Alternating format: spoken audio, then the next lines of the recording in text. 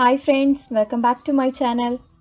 ഇന്ന് നമുക്ക് പുളിശ്ശേരി അല്ലെങ്കിൽ മോര് കറി എങ്ങനെയാണ് തയ്യാറാക്കുന്നതെന്ന് നോക്കാം.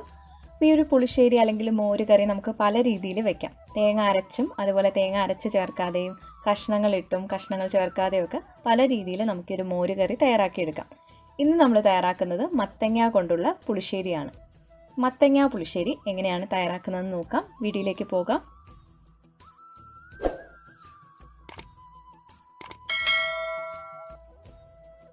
മത്തങ്ങ പുളിശ്ശേരി തയ്യാറാക്കാം. അതിനായിട്ട് ഞാനിവിടെ ഒരു 2 കപ്പ് മത്തങ്ങ ചെറിയ കഷ്ണങ്ങളായിട്ട് മുറിച്ചത് ഒരു സോസ് പാനിലേക്ക് ഇട്ട് കൊടുത്തിട്ടുണ്ട്.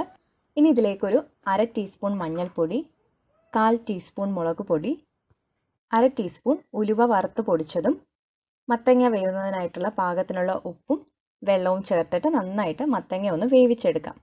ഇതിലേക്ക് ഒരു 1/2 കപ്പ് വെള്ളം ചേർത്താൽ മതിയാകും. മത്തങ്ങ പെട്ടെന്ന് തന്നെ വെന്ത് കിട്ടും. ഇനി ഇത് നമുക്ക് നന്നായിട്ടൊന്ന് മിക്സ് ചെയ്തിട്ട് തിളപ്പിച്ചെടുക്കാം.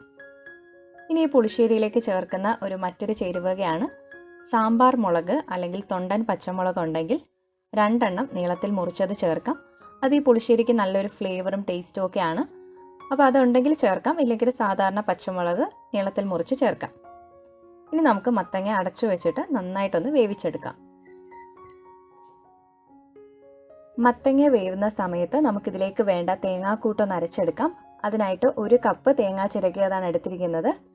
ഇനി ഇതിലേക്ക് നമുക്കൊരു 1/2 ടീസ്പൂൺ മഞ്ഞൾപ്പൊടിയും അതുപോലെ 1-2 അല്ലി വെളുത്തുള്ളി കൂടി ചേർക്കാം. ഇനി ഇതിലേക്ക് എരിവുള്ള 2 പച്ചമുളകാണ് ഞാൻ എടുത്തിരിക്കുന്നത്. അപ്പോൾ എരിവ് കുറവാണെന്നുണ്ടെങ്കിൽ ഒരു 4 പച്ചമുളക് വരെയൊക്കെ ചേർക്കാം. ഇനി ഇതിലേക്ക് ആവശ്യത്തിന് വെള്ളം ഒഴിച്ചിട്ട് നന്നായിട്ട് അരച്ചെടുക്കാം. അപ്പോൾ ഞാൻ തണുപ്പായതുകൊണ്ട് ചൂടുവെള്ളം ചേർത്തിട്ട് ഇതൊന്ന് അരച്ചെടുക്കുകയാണ്. നന്നായിട്ട് അരഞ്ഞു കിട്ടണം. ഏകദേശം ഒരു 5 മിനിറ്റ് കൊണ്ട് തന്നെ മത്തങ്ങ നന്നായിട്ട് വെന്ത് കിട്ടിയിട്ടുണ്ട്. ഇനി നമുക്കിതിലേക്ക് തേങ്ങാക്കൂട്ട് ചേർക്കാം. തേങ്ങാക്കൂട്ട് അരച്ചെടുക്കുന്ന സമയത്ത് പച്ചമുളക് ഏറ്റവും ലാസ്റ്റ് ചേർത്ത് ഒന്ന് ചതഞ്ഞ് കിട്ടുന്ന പരുവത്തിന് അരച്ചെടുക്കണം. ഇനി നമുക്ക് ഈ അരച്ചു വെച്ചിരിക്കുന്ന തേങ്ങാക്കൂട്ട് ഇതിലേക്ക് ചേർത്തിട്ട് ഈ ജാറിലേക്ക് തന്നെ ഒരു 1/2 കപ്പ് വെള്ളം കൂടി ചേർത്ത് ഇതിലേക്ക് അങ്ങ് ഒഴിച്ചു കൊടുക്കാം. പുളിശ്ശേരിക്ക് ഒത്തിരി കൺസിസ്റ്റൻസി ലൂസ് ആവണമെന്നുണ്ടെങ്കിൽ ഈ സമയത്ത് കുറച്ചധികം വെള്ളം ചേർക്കാവുന്നതാണ്. എല്ലാം ഒന്ന് യോജിപ്പിച്ചെടുക്കാം.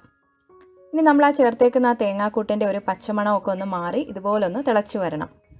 ഒത്തിരി സമയമായിട്ട് ഇത് തിളപ്പിക്കേണ്ട ആവശ്യമില്ല. ഇതുപോലെ ഒന്ന് തിള വന്നു കഴിഞ്ഞാൽ നമുക്ക് ഫ്ലെയിം ഏറ്റവും ലോയിലോട്ട് വെക്കാം. നന്നായിട്ട് തിളച്ച് തേങ്ങാക്കൂട്ടിൻ്റെ പച്ചമണം മാറി വന്നിട്ടുണ്ട്. ഇനി ഇതിലേക്ക് നമുക്കൊരു 2 കപ്പ് കട്ട ഉടച്ചിട്ടുള്ള തൈര് ചേർക്കാം. 2 മുതൽ 3 കപ്പ് തൈര് വരെ ചേർക്കാം.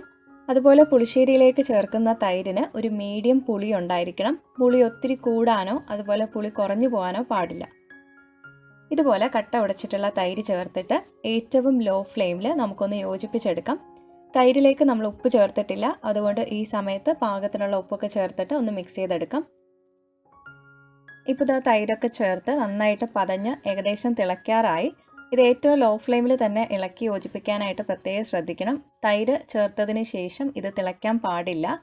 ജസ്റ്റ് ഒന്ന് ചൂടായി വന്നാൽ മതിയാവും. ഏകദേശം തിളയ്ക്കാറാവുമ്പോഴേക്കും നമുക്കിത് ഫ്ലെയിം ഓഫ് ചെയ്യാം. പുളിശ്ശേരിയിലേക്ക് താളിക്കുന്നതിനായിട്ട് നമുക്കൊരു പാൻ ചൂടാക്കാനായിട്ട് വെക്കാം. ഇതിലേക്ക് 1/2 ടേബിൾ സ്പൂൺ വെളിച്ചെണ്ണ ചേർക്കാം.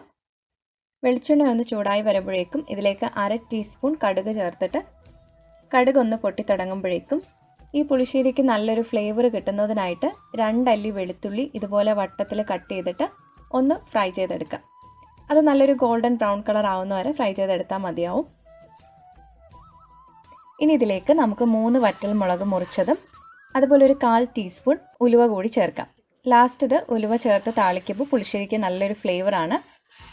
ഒരു തണ്ട് കറിവേപ്പിലയും കൂടി ചേർത്തിട്ട് നന്നായിട്ടൊന്ന് മൂപ്പിച്ചെടുക്കാം. ഇനി നമുക്കിത് പുളിശ്ശേരിയിലേക്ക് താളിക്കാം. അങ്ങനെ നമ്മുടെ മത്തങ്ങ പുളിശ്ശേരി ഇവിടെ റെഡി ആയിട്ടുണ്ട്. ഈ പുളിശ്ശേരി നമുക്ക് കഷ്ണങ്ങളില്ലാതെയും തയ്യാറാക്കാവുന്നതാണ്.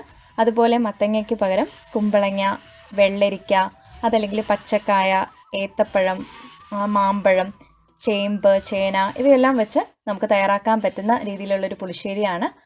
മാമ്പഴം മോരുകറിയുടെ റെസിപ്പി ഞാൻ ഇതിനു മുന്നേ അപ്ലോഡ് ചെയ്തിട്ടുണ്ട്. അപ്പോൾ അതിൻ്റെ ലിങ്ക് ഡിസ്ക്രിപ്ഷൻ ബോക്സിൽ കൊടുക്കാം. ഈ ഓണത്തിന് മത്തങ്ങ പുളിശ്ശേരി ട്രൈ ചെയ്ത് നോക്കൂ. ട്രൈ ചെയ്തിട്ട് നിങ്ങളുടെ ഫീഡ്ബാക്കും അറിയിക്കുക. നിങ്ങൾക്ക് ഈ വീഡിയോ ഇഷ്ടമായിട്ടുണ്ടെങ്കിൽ ലൈക്ക് ചെയ്യാനും ഷെയർ ചെയ്യാനും കമൻറ്റ് ചെയ്യാനും അതുപോലെ സബ്സ്ക്രൈബ് ചെയ്യാനും മറക്കരുത്.